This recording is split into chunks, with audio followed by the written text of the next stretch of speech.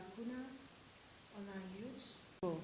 I believe the essence is to ensure we minimize poverty. And in minimizing poverty, several programs and activities will have to be put in place.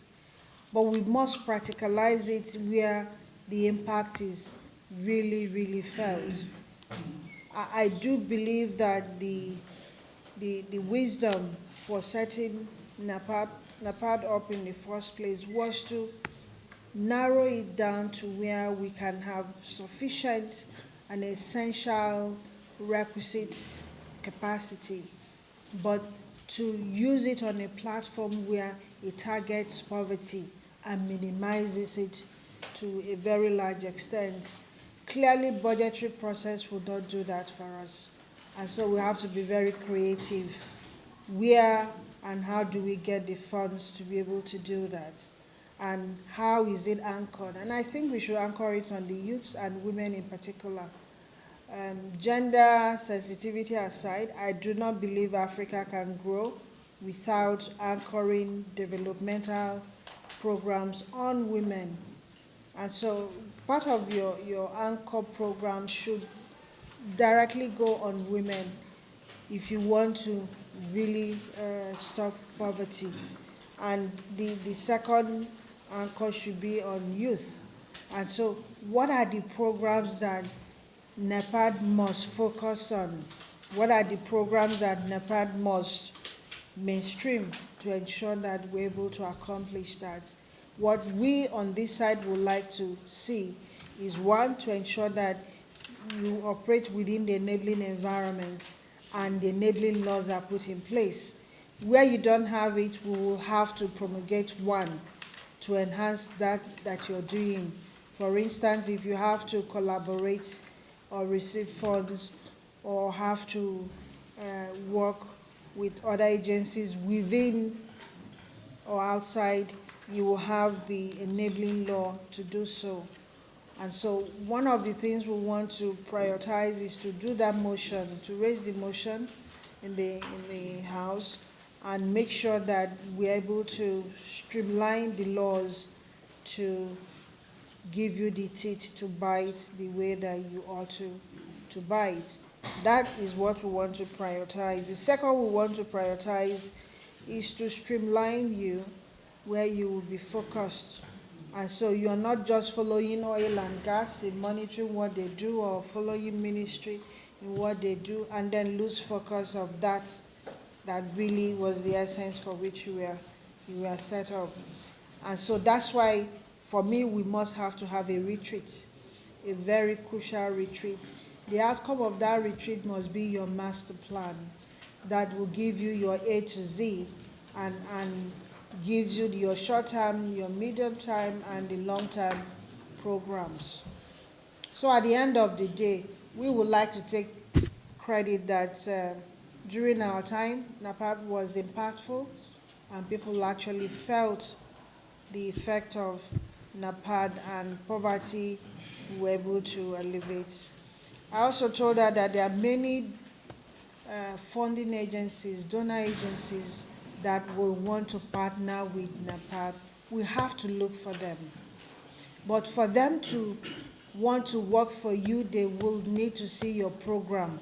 What is it that they are putting their money into?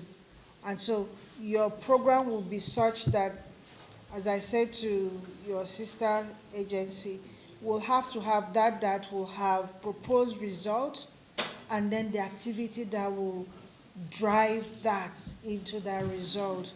And so when they look at it, they will know that for year 218, you want to, you're desirous of training 200 women, for instance, in every state to have this capacity, that capacity, and what that translates in terms of economic growth and poverty alleviation. Ditto for that of youth.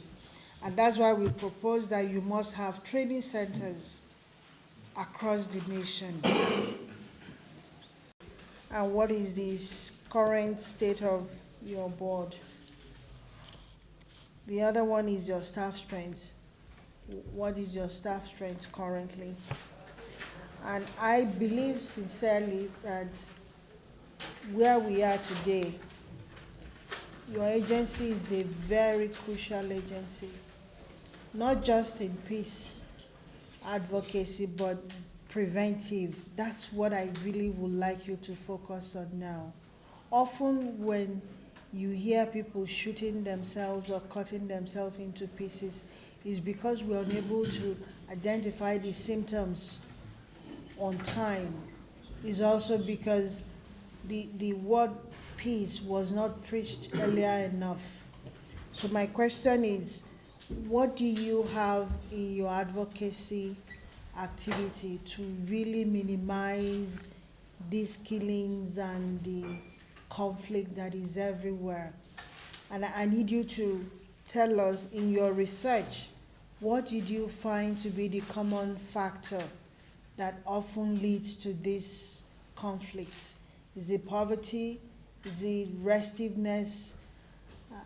I have my answer, but I want to know, what is it, what do you have, since you're a research outfit, what is it that you have found in your research to be the commonality of these causations of what, in my view, is very un-Nigerian?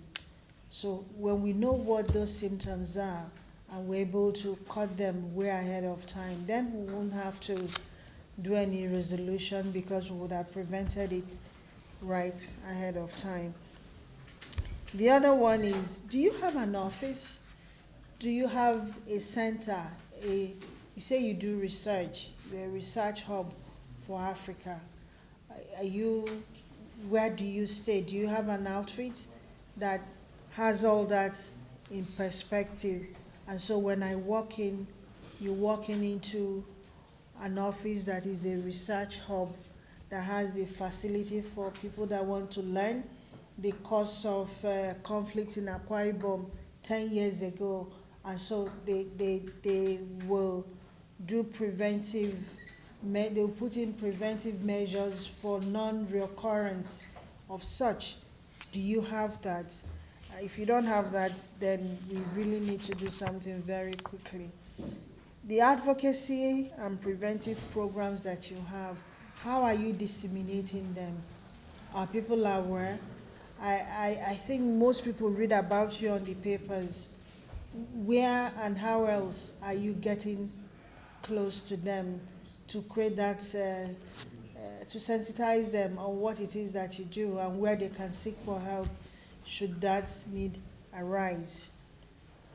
For the academy, is it a theoretical academy or is it a real academy where real people go? And if so, what is the objective of that academy? Is it to train leaders, emerging leaders for Nigeria? Or is it a signboard academy school? And I want to know the process you've used so far in drawing your students. What product do we look out for? What has been your output so far within this academy? The intake and the syllables, just in a summary form, what it is it's all about. Now, election is coming 2019. We know how tense the environment will be. We know how conflict will be everywhere. Do you have a template for tackling these conflicts when they do arise? Because surely they will arise. How are you going to manage them?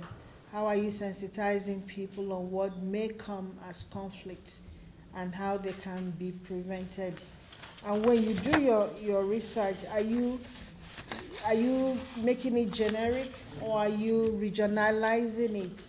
In other words, are you domesticating it? Because what will make an Efik man throw a bottle at you will probably not be what will make an Igbo man draw his knife to cut off your head.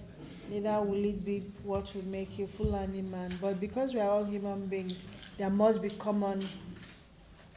commonality there, but then there are peculiarity as well. Is your research ensuring that that is brought to the forefront so people understand what it is that we do. Is it your agency? Do you have it elsewhere besides Nigeria?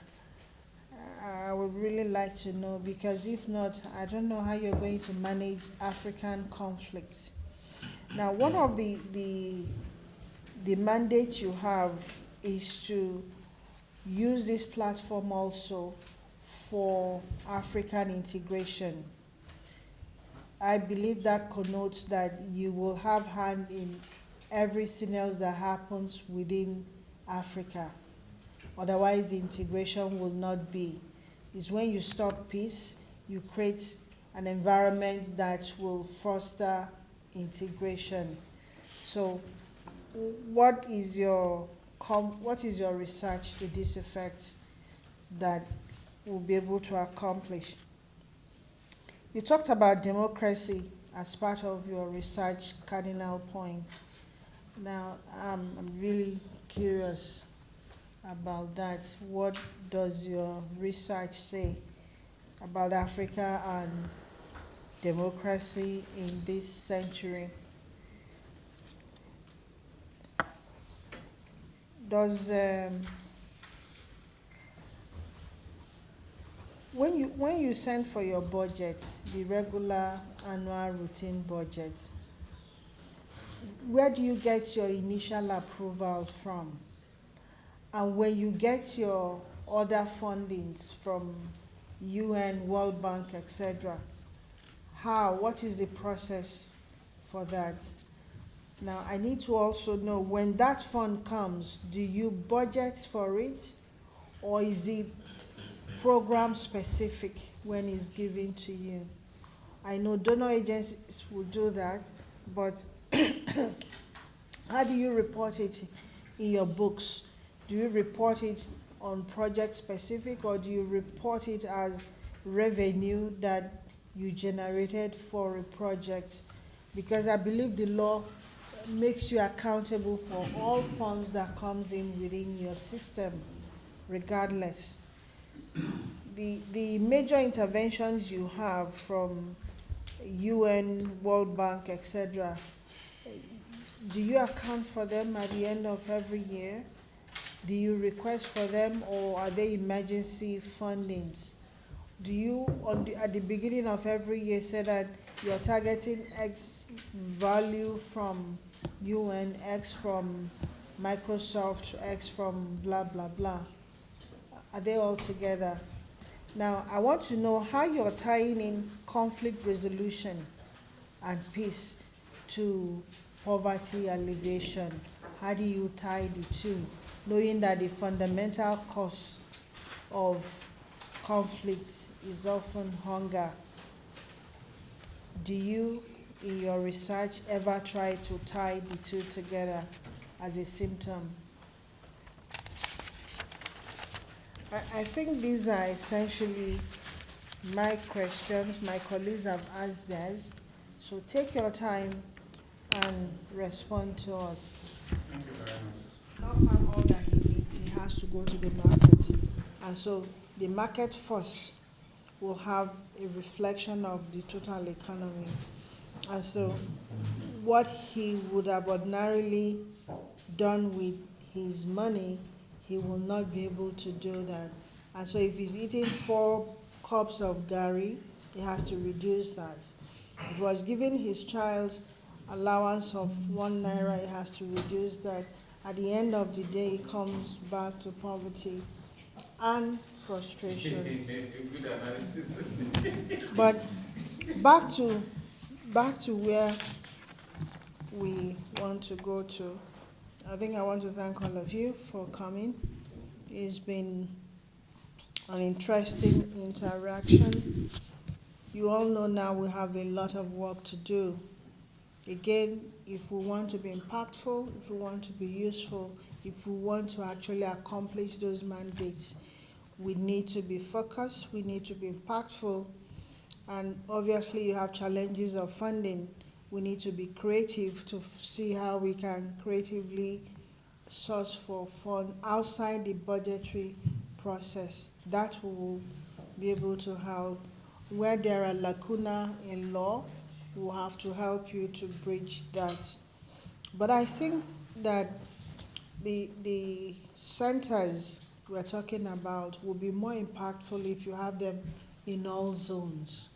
I also believe that the training centers, these training centers, they have to be in all zones. Running to Abuja is just too far away. We are too wide apart. Yeah.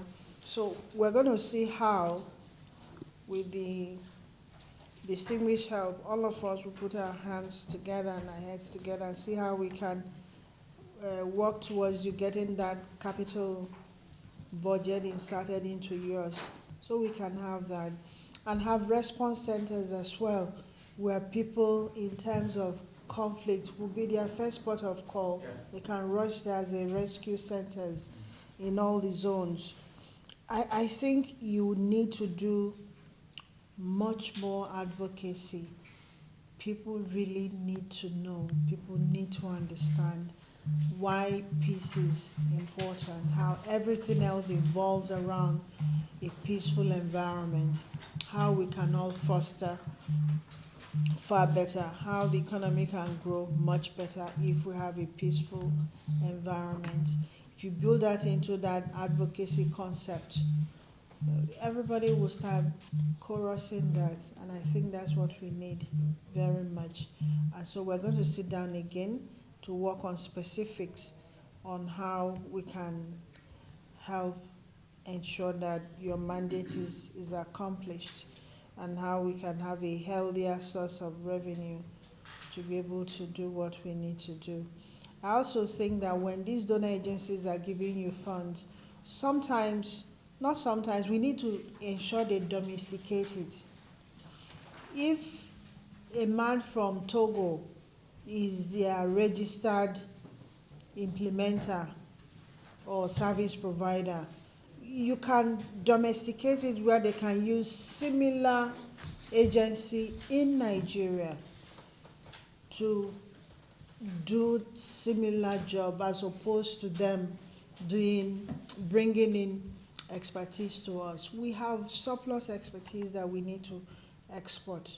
So we must, when they're doing all this consultancy, we tell them that we have people in Nigeria that have requisite experience and should be given the jobs. That's what they do. In ECOWAS today, just to buy forms, we buy them in Togo. They domesticate services. We must domesticate services. Those are the value chain that Nigerians will benefit from, all the donations and the charity they do for us. Yes, we want to have direct service, but let's do it for them. So I think you should have it as part of your agenda to tell them that as much as you want transparency, you will comply with their rules and regulations, but they should use your local people to do the same. Again, I want to thank you very much for your time. We'll call you back again for budget review, and then to work on the activity for the year, the retreats, and the oversight visits. So the clerk will communicate back to you very, very soon. But very likely we may do the budget review next week.